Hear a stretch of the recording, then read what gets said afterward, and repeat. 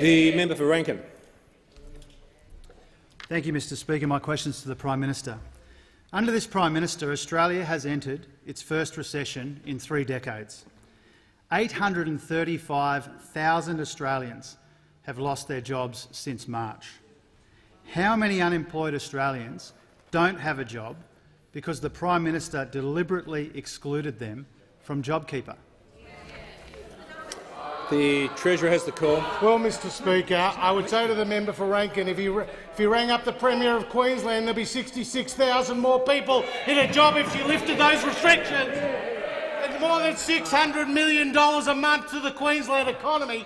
All he has to do is pick up the phone to that Labor Premier and get her to lift the restrictions. Now, the reality is, Mr Speaker, we put in place a $70 billion JobKeeper program that is supporting more than 3 million Australians, Mr Speaker.